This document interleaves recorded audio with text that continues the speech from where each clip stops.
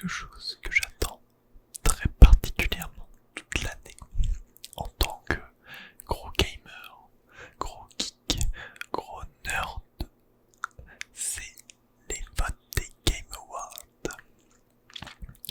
Alors, pour ceux qui ne sauraient pas, les Game Awards, c'est les récompenses que l'on donne aux jeux vidéo sortis dans l'année. C'est un peu comme les Césars, mais pour les jeux vidéo, vous voyez. Alors, je sais que cette année 2024, j'ai pas énormément joué à de jeux qui sont sortis. J'ai joué juste peut-être remake de Silent Hill 2, qui est très bien. Et le jeu Warhammer Space Marine aussi, qui était très sympa.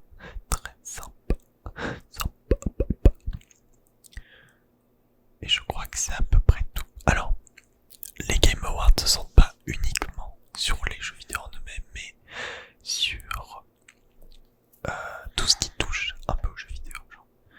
On peut peut-être voir juste ici, voilà, Game of the Year, Best Game Direction, meilleure narrative, meilleure direction artistique, musique, audio design, voilà.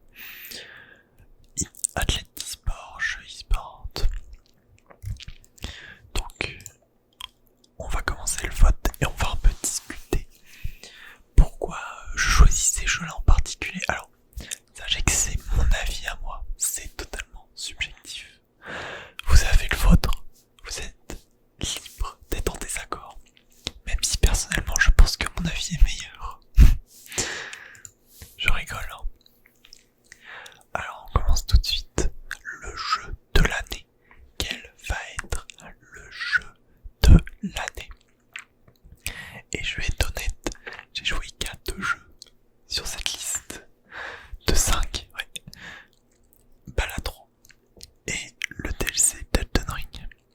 Alors, je sais qu'il y a eu toute une controverse sur le fait que Elden Ring ait eu son DLC dans les jeux de l'année.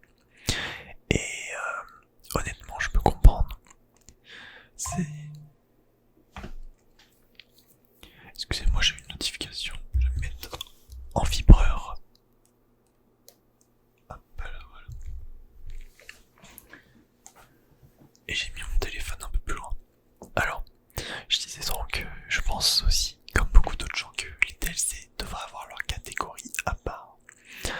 Mais le problème, c'est que pour des gros jeux, il y a tellement peu de DLC, genre, comment dire, dignes de ce nom, qui sortent par année. Le DLC d'Elden Ring, il est sorti 2-3 ans après la sortie du jeu original. Ce qui fait quand même une sacrée période de creux. Donc pour en revenir à nos moutons, quel jeu est mon jeu de l'année? Alors, si je devais me concentrer sur uniquement les jeux que j'ai joués, c'est-à-dire Elden Ring et Balatro, je choisirais clairement Balatro. Balatro, c'est un roguelike génial. C'est vraiment au premier abord on dirait juste un jeu de poker, mais c'est tellement plus, tellement de... Ce que j'adore avec les roguelikes, c'est juste jouer avec les règles. Tu te fiches des règles et tu contournes le jeu un peu en fait. Pour ceux qui connaissent, un peu comme The Binding of Isaac. Enfin bref. Pour les autres, si je devais choisir entre les 3 autres, Astropod, Wukong et Métaphore Fantasio, et Final Fantasy aussi, je choisirais sûrement Métaphore Fantasio. Parce que je suis un grand fan de la série des Persona, en particulier Persona 4. Et Métaphore Fantasio a l'air vachement intéressant comme jeu. Vachement sympa. Je bois un petit coup d'eau. Ah. Un petit peu de tapping sur le verre.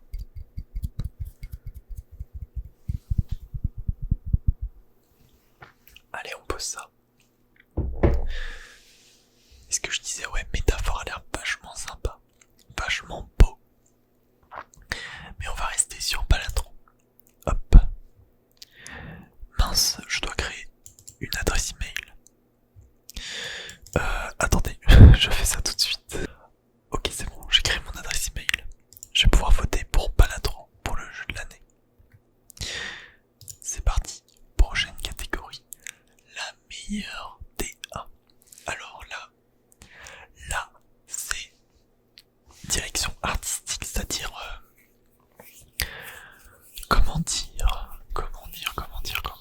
c'est-à-dire pas l'art du jeu, j'ai envie de dire une DA, un peu comme un album. Dans quel sens artistique, pardon, l'œuvre va aller. Alors, Astropod c'est un peu plus cartoonesque. C'est pas quelque chose que je trouve sympa. Ça dure dans le temps, mais c'est assez moyen. Balatro c'est du pixel art très sympa, durera dans le temps, mais c'est du pixel art. Black Myth Wukong c'est très joli, mais ça se concentre plus sur du réalisme, même si de ce que je vois là son armure est très sympa. Elden Ring pour moi aurait l'une des meilleures DA. Final Fantasy, je ne sais rien de Final Fantasy, je ne sais rien du tout, alors je ne vais pas donner mon avis. Et Metaphor of Fantasio pour moi a la meilleure DA.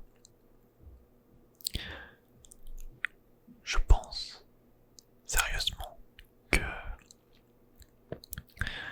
Metaphor Fantasio mérite de gagner cette partie. Si vous avez vu les menus Ragula sur l'image, c'est magnifique, ça mérite mon vote. Allez, prochaine catégorie. La meilleure narrative. Oula. On a deux jeux auxquels j'ai joué et que j'ai adoré, ça va être dur. Silent Hill 2 et Like a Dragon Infinite Wells. Alors, j'ai joué à Like a Dragon, je l'ai acheté le jour de sa sortie, vous vous rendez compte? Un jeu incroyable. Je me le fais à 4h du matin, avant les cours, pour pouvoir y jouer quelques heures, tellement le jeu j'adorais. Mais je vais pas vous mentir, le storytelling de ce genre de jeu, parce que c'est le 8ème opus, est vraiment assez vieilli, vous voyez. On aura très souvent de très longues cinématiques d'un seul personnage qui parle pour nous expliquer la situation, c'est assez chiant. Et c'est ça depuis les premiers jeux, du coup pour moi ce sera Silent Hill 2 qui est tout simplement un chef-d'œuvre. Je vais pas en dire plus parce que tout le monde devrait jouer à Silent Hill 2 dans sa vie, que ça soit l'original ou le remake. Mais faites-vous le remake si vous pouvez, c'est plus long. Il y a quelques défauts et quelques qualités, mais ça on peut rien y faire. L'original comme le remake a ses défauts et ses qualités.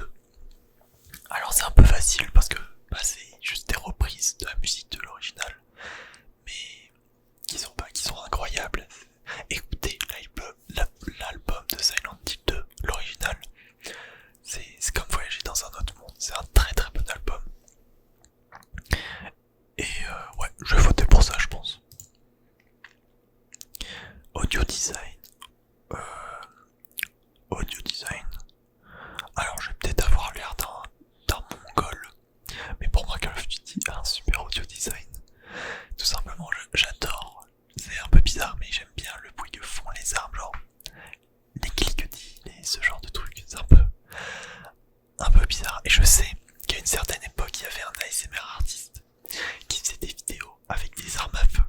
Pas genre il tirait, mais juste il les touchait, il actionnait des mécanismes et c'était super agréable à écouter. Quand même vachement étrange. Ah, la meilleure performance.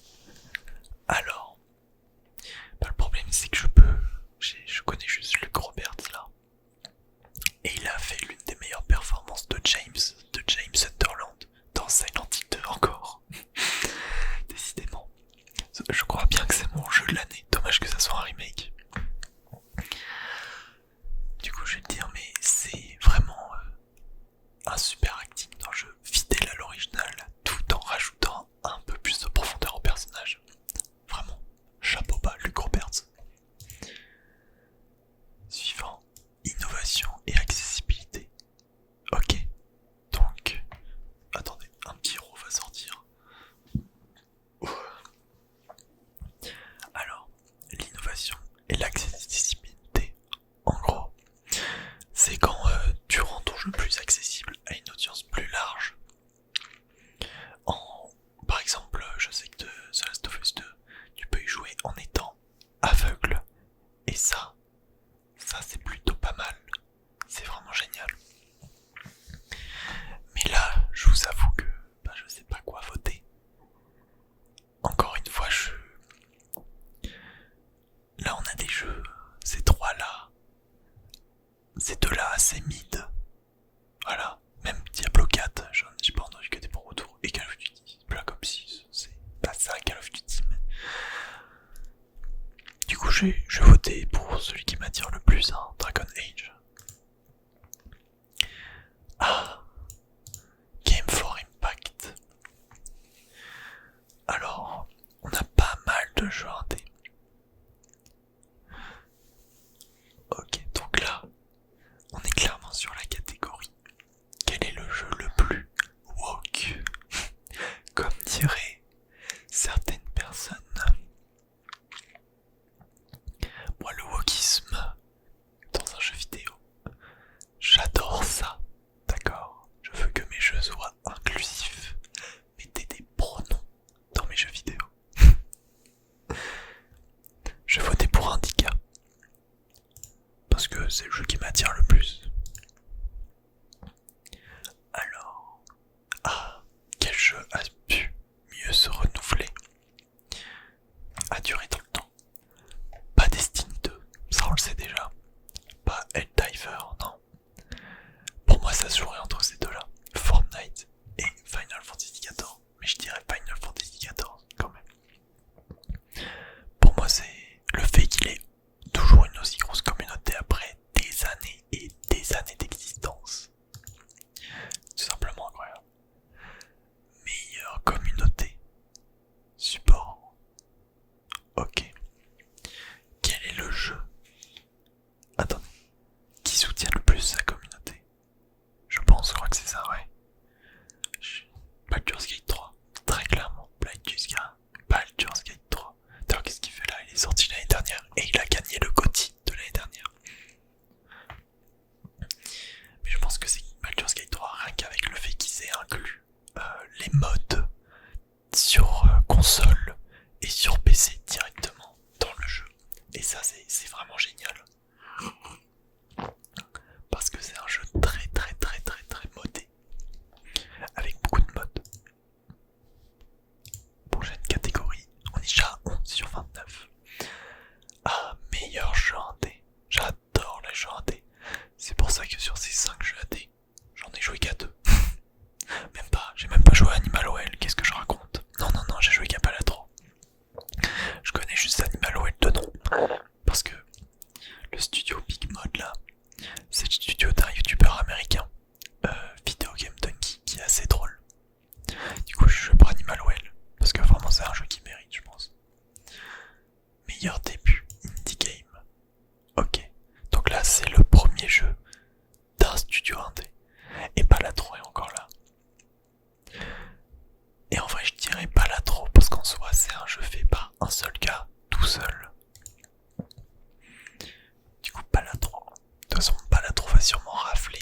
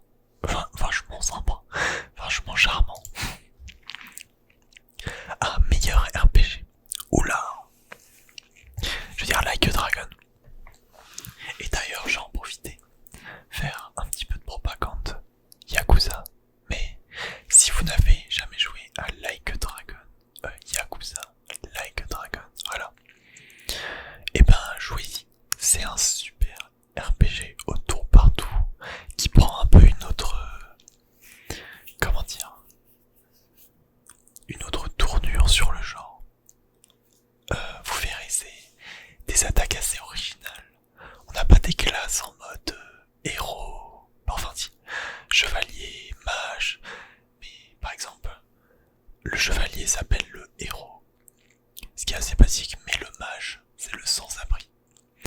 Le support, c'est la chanteuse de K-pop. On a aussi le rôle détective qui va commettre de la brutalité policière sur les ennemis, voilà. Et aussi en parlant des ennemis, on a un bestiaire, enfin un bestiaire entre guillemets, parce que ce sont pas vraiment des animaux ou des monstres de combat, que le combat, mais genre des délinquants, des petites frappes, par exemple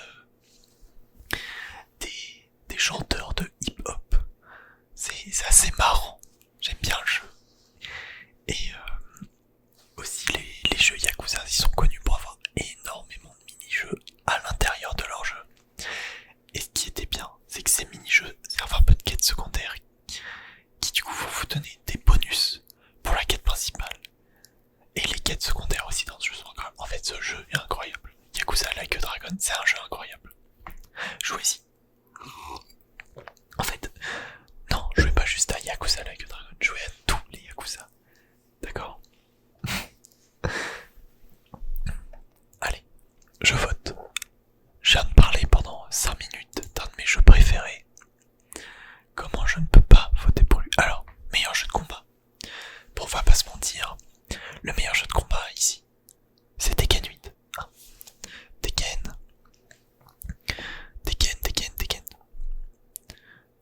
Tout simplement, la scène e-sport de Tekken est énorme. Énorme. J'adore les scènes e-sport. Dragon Ball Fighting Zero, c'est plus du fanservice. J'ai le jeu, j'adore Sparking Zero, mais le combat de Tekken est mieux, plus technique. Celui de Sparking Zero, c'est un peu trop brouillon. Après, c'est des combats Dragon Ball. On demande pas un jeu de combat avancé, mais un jeu de combat sur Dragon Ball. Alors ce sera Tekken. Ok. Alors, meilleur jeu pour la famille. Bah... Astrobot. Rien de plus à dire. Alors, jeu de simulation et de stratégie. Alors, moi je reste sur mes classiques. Rimworld, Stellaris, King Crusader 3. Voilà, j'ai pas joué à ceux qui sont sortis aujourd'hui, même si Manor Lords avait l'air intéressant. Hop. Petit coup d'eau. Ça fait du bien. Mais j'aime beaucoup les Age of History, je crois. Et Age of Mythology a l'air vachement sympa. Frostpunk 2, honnêtement le 1 est à 3 balles sur Steam. Je pense que le 1 vaut plus le coup, ou attendre que le 2 soit en promo.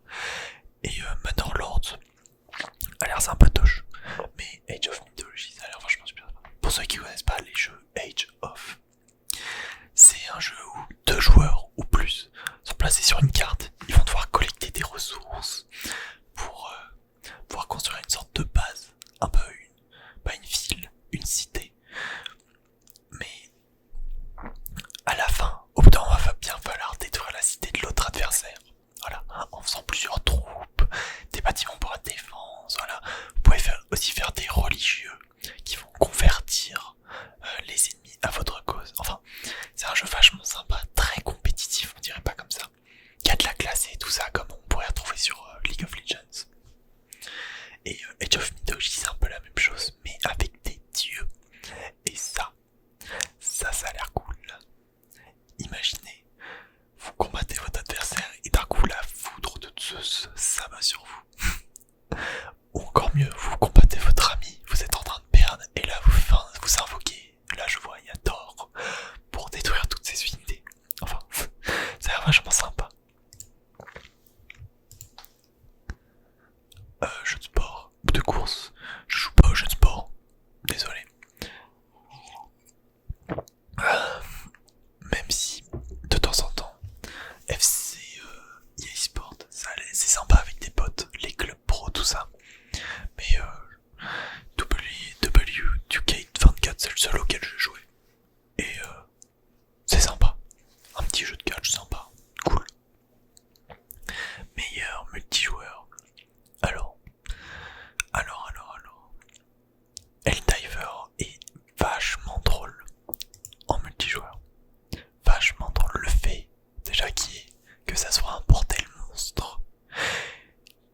chacun puisse envoyer une bombe atomique où il souhaite et qui est le tiraillé. C'est super drôle. Et il y a des mechas maintenant, j'ai vu ça, faut que je me remette au jeu en vrai.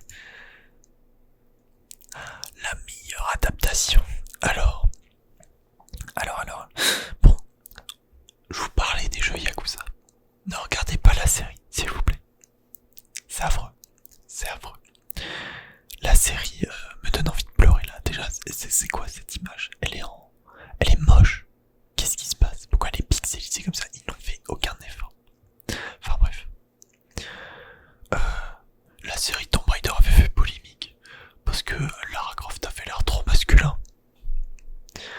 Vraiment des débats stupides, je trouve.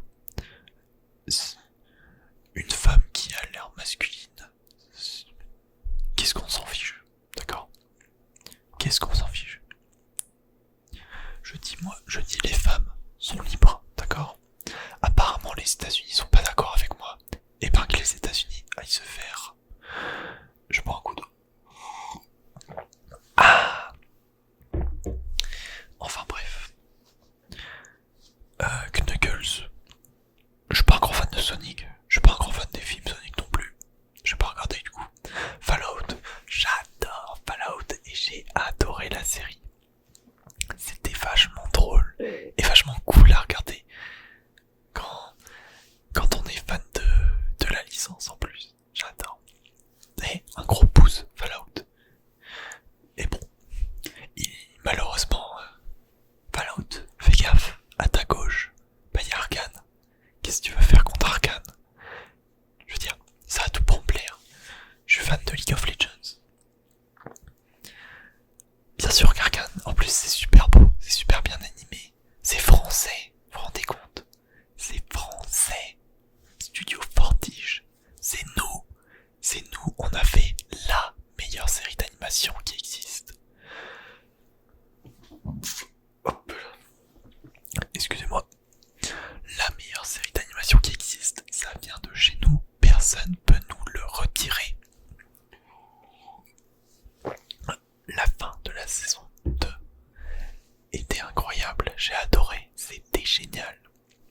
Toutes les semaines j'attendais pour avoir mes 3 épisodes que je regardais en une journée. Non, Arcane, c'est trop fort. Je suis en train de regarder la série pour la 3e fois. Incroyable. Incroyable. Prochaine catégorie où on arrive à la fin. Le jeu qu'on attend le plus. Aïe aïe aïe aïe. Quel jeu j'attends le plus? Quel jeu? Il y en a 3 là que j'attends beaucoup. Death Stranding 2. GTA 5 bien sûr. 6, mais quel idiot. Et Monster Hunter Wilds. Alors, on va faire par élimination. Mais j'arrive pas en fait. Les 3 jeux là, je les attends trop. J'ai adoré Death Stranding 1. GTA 6, on sait que GTA 6 ça va être une innovation. On sait que quand on va le lancer sur notre PlayStation 5, ça va faire le bruit des PS4 qui lancent Red Dead Redemption 2. On le sait, le jeu va être incroyable. Ou alors je suis en train de mettre trop de poids, trop d'espoir en ce jeu et il va être pourri. J'espère pas, j'espère vraiment pas. J'espère que le jeu est un Red Dead 2, niveau 2. En fait, non, je veux pas que le jeu ait peut-être les détails d'un Red Dead 2. Parce qu'en soi je les remarquerai jamais. Mais je veux juste un GTA 6 en fait. J'adore GTA 5. D'accord, j'ai passé tellement d'heures sur ce jeu, rien qu'en solo. Et quand j'ai découvert le mode en ligne, oh bah là vous m'aviez perdu. C'est génial. J'ai tellement de bons souvenirs avec des potes. Et même le GTA RP. C'était génial. Mais bon, pour moi ça va se jouer entre ces deux-là. En vrai, Death Stranding 2 parce que je connais Kojima. Kojima, pour ceux qui ne connaîtraient pas, le papa de tous les Metal Gear Solid, qui est l'une de mes séries de jeux vidéo préférées. D'ailleurs ça m'étonne qu'il n'y ait pas le remake de Metal Gear Solid 3 ici. Mais bon, Death Stranding 2, je sais que le jeu va être bien. D'accord? Croyez-moi, je sais que le jeu va être bien. Si vous n'aviez pas aimé Death Stranding 1, ce qui est compréhensible, le jeu n'est pas fait pour tout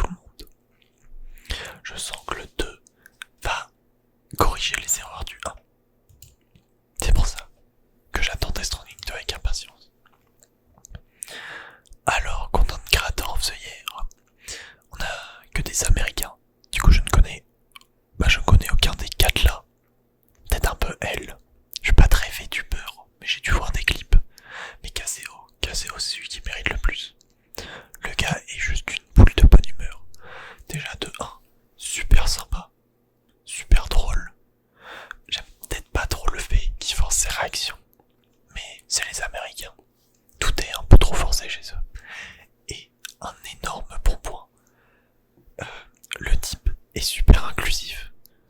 Je sais pas si vous vous rendez compte le fait d'avoir un streamer super sympa dans cette ère 2024. Je vais pas rentrer dans les détails, mais on a certains streamers, youtubeurs aussi, qui commettent des choses plus que condamnables et qui malheureusement sont toujours sur le haut de leur podium. Alors Kazeo, c'est un gars super cool. Merci. Best eSport Game. Bon, je vais pas aller par quatre chemins. League of Legends. Voilà, on a eu les Worlds. C'était incroyable. C'est génial.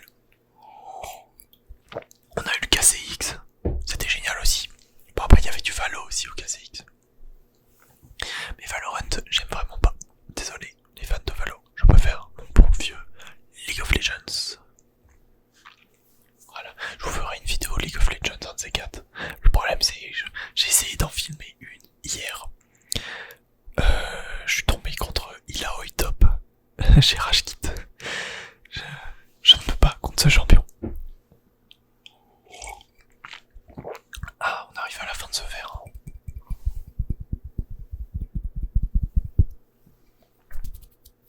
Alors, meilleur athlète d'e-sport. Je n'en connais aucun, à part Faker. Du coup, je vais voter Faker. T1, la GOAT. Best eSport Team. T1.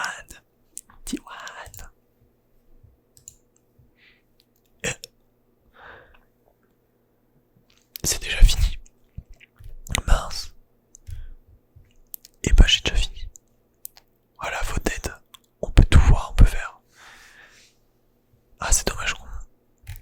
Attends, download your vote card. Merde. Oh merde. Bon, je l'afficherai peut-être à l'écran. Mais voilà, tous les jeux. Honnêtement, si je devais faire une conclusion sur cette année 2024, c'est que on n'a pas eu énormément de jeux. Contrairement à 2023 où on a eu des sacrés gros jeux comme Baldur's Gate 3, même l'année d'avant, 2022, on a eu God of War Ragnarok et Elden Ring. Ouais, c'est vrai que cette année 2024 en matière de jeux était assez maigre. Mais heureusement 2025, GTA 6, Death Stranding 2, ça c'est Monster Hunter